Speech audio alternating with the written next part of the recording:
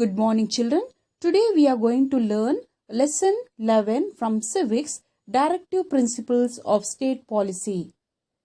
Today we are going to learn the meaning and importance of directive principles of state policy and the advantages of directive principles of state policy in establishing a welfare nation. Let us start with the introduction.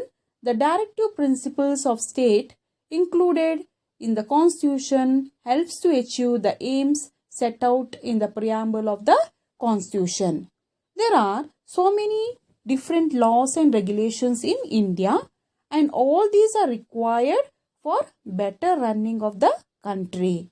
Now, according to changing time, we need to make new laws or amend the older one. But how do we do it? We just come up with the new law.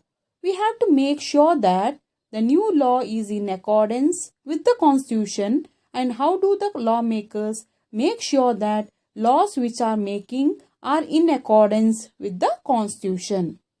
Constitution has a particular section for that. It's called as the directive principles of state policy. So directive principle of state policy helps the lawmakers to make laws. So what are directive principles? The Constitution has directed the state to follow some principles in order to achieve the ideal welfare state. These principles, directive principles, are called as directive principles of state. So, it says that the guiding principles which help in formation of policies are known as directive principle of state policy. So, the directive principle of state policy provides some guiding principle, and on the basis of that guiding principle, laws are made in our country. So, lawmakers follow these guiding principle and then they make law or amend law. The directive principle of state policy are the directions given to the central and the state governments by the Constitution. And it is necessary to adopt these principles with the three organs of the government, such as in legislating, formulating and implementing policies. The directive principle of state policy are important in achieving freedom, equality and brotherhood and to establish a welfare state. Children, what do you mean by a welfare state? A welfare state is a country where citizens are guaranteed a healthy standard of living, equal opportunities, full employment and a fair distribution of wealth. This is known as a welfare state. Now let us learn the directive principles of state policy which is included in the Constitution one by one. There are 11 policies. So first one is social justice. To achieve the public welfare by providing, how to achieve the public welfare? By providing social, economic and political justice to the citizens. They should be given justice to the citizens in all the fields. Second one, social justice to the weaker section. It is very necessary or important to provide basic needs to the weaker sections. To find remedy against economic exploitation, providing education and extending free legal aid to them. So, the directive principles of state policy make sure that they are kept in mind whenever law is made or a scheme is launched. Educational help and economical help given to the weaker and the backward section of the society. Third one, women and child welfare. Equal wages to both men and women for the same work. Nowadays, you can see in big companies or factories, both men and women work together. For the same kind of work, both are paid the same salaries. Maternity benefit to women. So, the government is giving the maternity benefits for the mothers. Prevention of exploitation of children. So, the directive principles of state policy should give the protection for the exploitation of children. facility for children to grow healthy in addition to providing free and compulsory education. There are many children who are from poor background, and education is very difficult for them. So there are different laws and schemes according to which they get free education. So children up to age of 14 years are eligible to get free education under the government of India.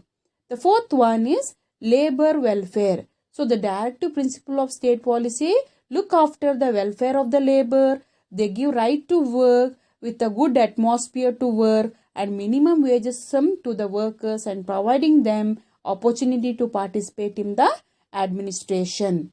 And the fifth one, aid to the helpless. So the government gives certain aids, facilities provided by the government for the aged people, the sick or the patients, and the unemployed to live freely.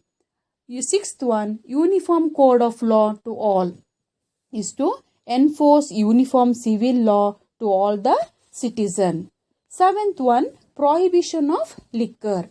Drinking spoils the health and it leads toward financial problem in the family and increased exploitation of women. Therefore, the Constitution has directed all the state governments to enforce the prohibition of liquor. Here, what happens? People should be prohibited from using intoxicated drinks. For this purpose, people should be who are addicted to liquor should be educated so that they can give up such things which are harmful to their health and efficiency. Eighth one, agriculture and association of animal husbandry. The state government should make an attempt to organize agriculture as well as animal husbandry in the modern and scientific manner. In order to protect, why? In order to protect the unique species, prevent the slaughter of cattle, calf and other animals which give milk and pull heavy luggage. So here cow slaughter should be banned and improvement should be given more in agriculture as well as animal husbandry in a scientific method or manner. Ninth one, environment. Protection of environment and wildlife, protection of environment from pollution of industries and mines, and protect the wildlife. Here, wildlife is very important for our country and for the whole earth. Otherwise, it will be a problem for a living being or creatures. 10th one, protection of historical monuments. Here, protecting the historical places and monuments.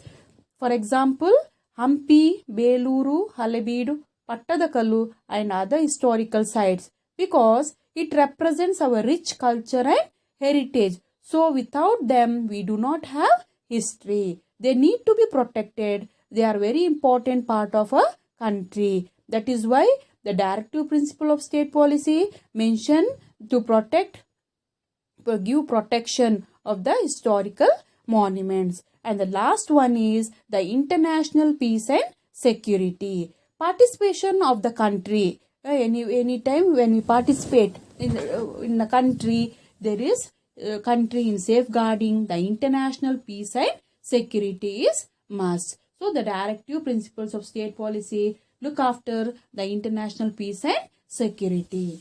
Then the last point is, what is social justice? Protection to all the people without discrimination, whether he may be SC or ST. So based on caste, religion, gender, language, color, region and status, and treating everyone as equal is known as social justice. Provisions such as eradication of bonded labor. So that term, eradication of bonded labor should be removed. Exploitation of children, equal rights to women and respecting them also included under the social justice. The Constitution has given certain advisories or the guidelines and the directions to the state government. In the event of violation of these principles, they cannot be questioned in the court. For example, the central government and the several other state governments could not enforce or prohibition of liquor for the last 6 decades. So no one can question this in the court of law. This is all about the directive principles of state policy. Children, I hope all have understood this chapter. Thank you.